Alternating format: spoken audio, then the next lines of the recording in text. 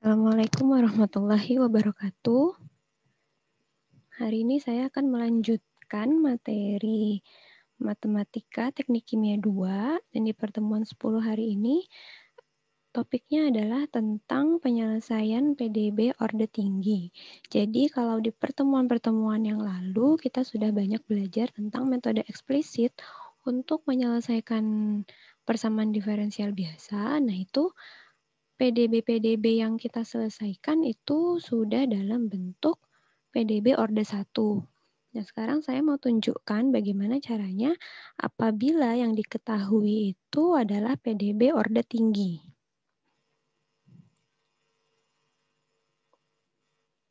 Nah, untuk kasus PDB orde tinggi, itu penyelesaiannya dapat dilakukan melalui dua tahap. Yang pertama, kita harus menyusun terlebih dahulu persamaan kanoniknya. Jadi, PDB orde tinggi tersebut itu kita sederhanakan menjadi PDB orde 1. Nah, untuk materi persamaan kanonik ini sudah pernah saya sampaikan di pertemuan 2. Jadi di pertemuan yang awal saya sudah pernah jelaskan bagaimana cara menyusun persamaan kanonik. Nah, jadi untuk itu perlu dilihat kembali materi tersebut supaya bisa mengikuti materi pertemuan 10 ini. Nah, kemudian untuk tahapan yang kedua, setelah kita menyusun PDB tersebut menjadi persamaan kanonik, kita menyelesaikannya dengan menggunakan metode eksplisit. Nah, metode eksplisit ini yang sudah pernah kita pelajari di pertemuan-pertemuan sebelumnya, seperti misalnya metode Euler, kemudian ada metode Hume, metode Runkuta, dan sebagainya. Nah, jadi itu adalah dua tahap apabila kita ingin menyelesaikan PDB orde tinggi. Oke. PDB orde tinggi tersebut apabila kita ubah menjadi persamaan kanonik, itu akan memunculkan variabel baru. Nah, masing-masing variabel itu nanti harus kita selesaikan, dan kita selesaikannya dengan menggunakan metode eksplisit. Mungkin pengantarnya hanya itu, berikutnya saya langsung akan memberikan contoh soal. Jadi di sini ada persamaan diferensial biasa, orde tinggi. Ya, kenapa dikatakan orde tinggi? Di sini karena bisa dilihat untuk pangkatnya, di sini ada pangkat 2, ya. Karena kan biasanya yang kita pelajari itu hanya dy per dx. Nah, kalau misalnya pangkatnya di sini lebih dari 1, itu sudah bisa kita katakan sebagai PDB orde tinggi. Ya. Nah, jadi di sini ada persamaan dy kuadrat y per dx kuadrat minus 4dy per dx plus 5x sama dengan 0. Kemudian diminta untuk menyelesaikannya menggunakan metode Euler. Nah, khusus untuk contoh soal ini, nanti kalian juga diharapkan untuk membuka kembali materi tentang metode Euler, ya, gimana untuk menyelesaikannya. Kemudian di sini diketahui bahwa nilai y pada saat x sama dengan 0, ini adalah 2, dan nilai y aksen pada saat x sama dengan 0 ini adalah 1. Ya, nanti ini saya tunjukkan maksudnya y aksen di sini apa. Kemudian yang diminta itu adalah menentukan nilai y pada saat x sama dengan 1 dan juga turunan y pada saat x sama dengan 1 menggunakan nilai hanya atau step size-nya itu 0,5. Jadi ini adalah soalnya. Kemudian saya langsung tunjukkan bagaimana cara menyelesaikannya. Nah, ini adalah penyelesaiannya. Tadi kan ini diketahui soalnya, ya. Ini soalnya yang saya beri kotak. Nah, kemudian perlu diingat kembali bahwa untuk kita menyusun PDB orde tinggi menjadi persamaan kanonik, itu kita pertama-tama memindahkan dulu ya persamaan diferensial yang ordenya paling tinggi ke ruas kiri, sementara persamaan yang lain di sebelah kanan. Maka dari itu ini saya geser atau saya pindahkan. Untuk yang d kuadrat y per dx kuadrat ini tetap di ruas kiri, kemudian sisanya saya pindah ke ruas kanan.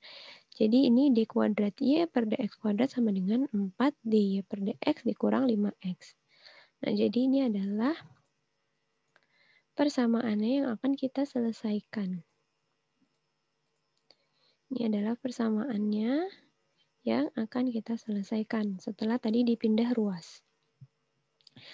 Sekarang kita mau mengubah terlebih dahulu persamaan yang diberi kotak ini menjadi persamaan kanoniknya. Jadi kita misalkan ya, di sini kita misalkan dy per dx itu sama dengan z. Ya. Berarti dz per dx itu sama dengan 4z min 5x. Ya, jadi kalau misalnya di sini z-nya sama dengan dy per dx, kan? Berarti ini kan dz per dx ini sama dengan d kuadrat y per dx kuadrat. Nah, jadi dz per dx ini ya kan turunan dari dy per dx, ya kan? Nah, berarti ini sama dengan d kuadrat y per dx kuadrat. Makanya dz per dx ini sama dengan 4z minus 5x. Seperti yang di sini, ya. Tadi kan 4dy per dx, karena dy per dx ini sama dengan z, maka jadi 4z minus 5x. Ini 5x-nya tetap. Oke, jadi ini adalah permisalannya, ya. Kemudian kita lanjut.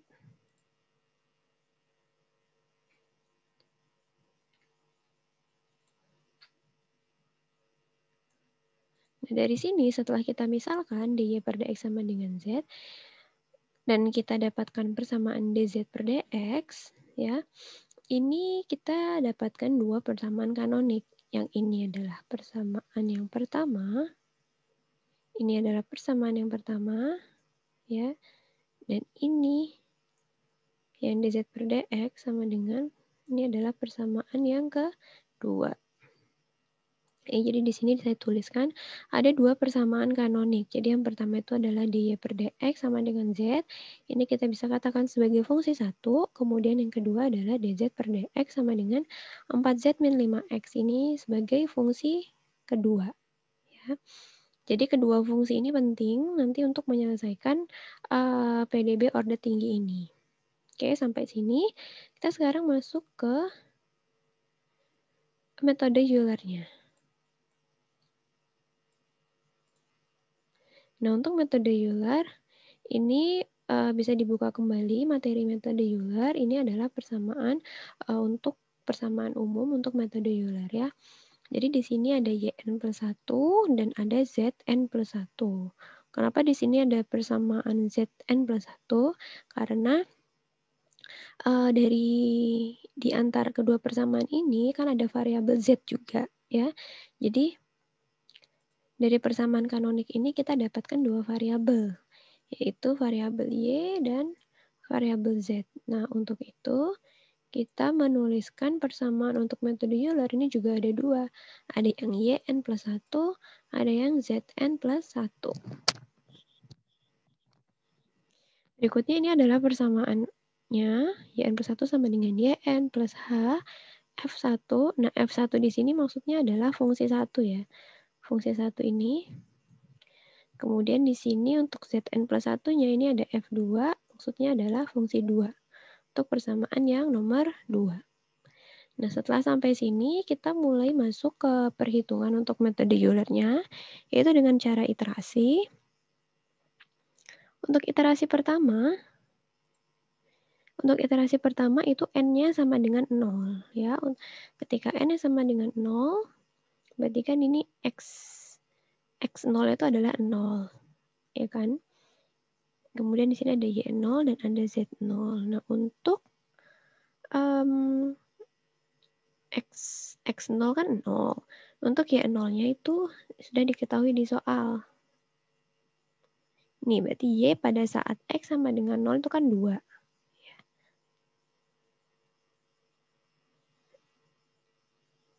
Nah, ini Berarti Y0 sama dengan 2. Tadi sudah diketahui di soal. Nah, kemudian untuk Z0 itu yang mana? Nah, Z0 ini sebenarnya juga udah diketahui di soal tadi yang ada Y aksen 0, ya kan? Berarti maksudnya itu adalah turunan Y pada saat X sama dengan 0. Turunan Y itu apa? Y aksen itu kan sama dengan DY per DX, ya kan? Nah, tadi ini DY per DX ini kan sama dengan Z, kan? Nah, berarti Y aksen pada saat X sama dengan 0, ini sama dengan Z0, ya. Karena DY per DX ini sama dengan Z. Nah, jadi di sini saya tulis Z0 sama dengan Y aksen 0. Nah, tadi diketahui di soal nilainya sama dengan 1. Sekarang kita mau mencari nilai Y dengan menggunakan fungsi 1.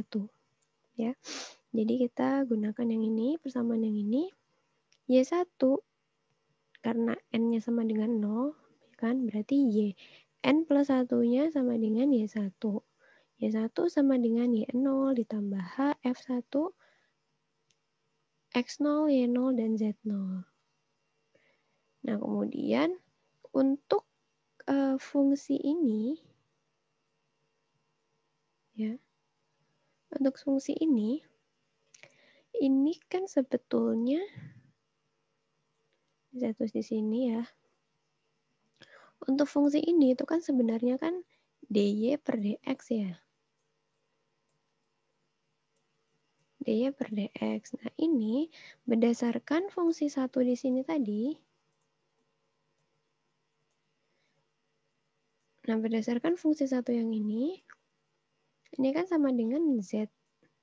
Jadi, maksudnya DY per DX itu hanya merupakan fungsi Z, ya kan? Sini kan tadi DY per DX sama dengan Z. Nah, berarti di sini hanya kita gunakan Z-nya aja. Makanya di sini saya tulis H dikali Z0, ya.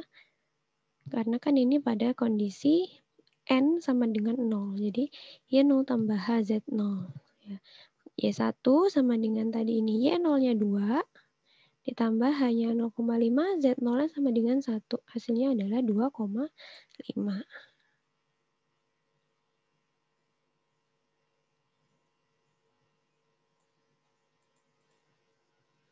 Setelah ini kita mau mencari nilai Z-nya dengan menggunakan fungsi 2. Nah, ini persamaannya tadi Z1 sama dengan Z0 tambah H fungsi 2, X0, Y0, dan Z0. Ya. Nah, untuk fungsi yang kedua ini, kita lihat. Nah, tadi kan untuk fungsi yang kedua, ini dz per dx sama dengan 4z min 5x. Ya kan? Saya tulis dz per dx sama dengan 4z min 5x. Ya kan? Tadi di fungsi yang kedua itu dz per dx sama dengan 4z min 5x. Oke, berarti di sini persamaan diferensial ini itu kan hanya mengandung z dan hanya mengandung x. Nah, berarti karena itu kita bisa tuliskan di sini kan tetap ya z1 tambah z0. Z1 sama dengan Z0 ditambah H. Nah, untuk fungsinya ini, karena tadi persamaannya adalah 4Z minus 5X, maka kita langsung tuliskan 4Z0 minus 5X0 ya. Karena tadi diingat bahwa N-nya sama dengan 0. Jadi, tadi ini sedang kita gunakan N-nya sama dengan 0. Oke. Nah, setelah itu kita tinggal masukkan nilainya. Untuk Z0 tadi sudah diketahui nilainya sama dengan 1. Hanya 0,5. Ya kan, berarti 4 kali 1 dikurang 5 kali 0. Karena di sini X0-nya sama dengan 0. Diperoleh hasil Z1-nya sama dengan 3. Nah, itu untuk iterasi yang pertama. Selanjutnya kita masuk ke iterasi yang kedua. Nah, untuk iterasi yang kedua itu N-nya sama dengan 1. Ya. N-nya sama dengan 1, kemudian berarti kita di sini tuliskan dulu X1, Y1, dan Z1. Nah, untuk X1-nya ini, karena tadi hanya kan 0,5, ya kan, untuk H sama dengan 0,5, berarti kan tadi X0-nya sama dengan 0, berarti X1-nya itu 0 ditambah 0,5. 0 ditambah 0,5. Ya, maka di sini saya tulis X1-nya sama dengan 0,5. Nah, kemudian untuk Y1-nya ini diperoleh dari iterasi yang pertama tadi, perhitungan iterasi pertama. Y1, coba kita lihat lagi nih. Di sini Y1 sama dengan 2,5. Maka saya tulis Y1 2,5 dan Z1 sama dengan 3. Ini di sini. Nah, setelah kita tulis pertama-tama sama, kita cari dulu nilai Y-nya ya. Nah, di sini karena nilai N-nya sama dengan 1, maka di sini Y2. Karena kan tadi persamaan yang atas ini ya, YN plus 1 sama dengan YN plus H dan seterusnya. Jadi di sini YN plus 1-nya,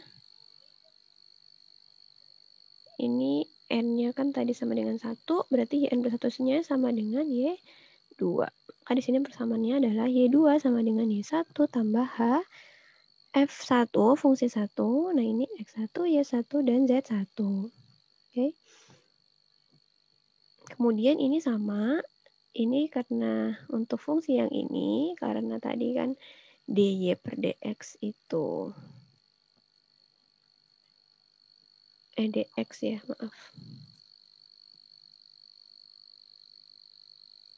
Karena tadi dy per dx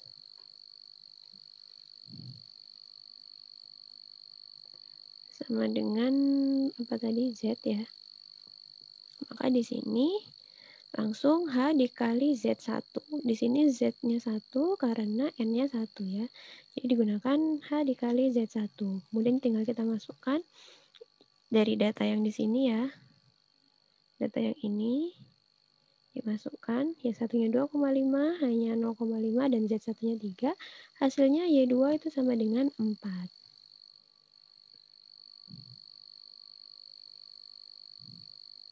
Selanjutnya kita mencari nilai Z-nya. Z2 sama dengan Z1 tambah H, fungsi dari X1, Y1, dan Z1. Nah, ini sama untuk fungsi X1, Y1, dan Z1-nya. Ya kan tadi untuk persamaan dz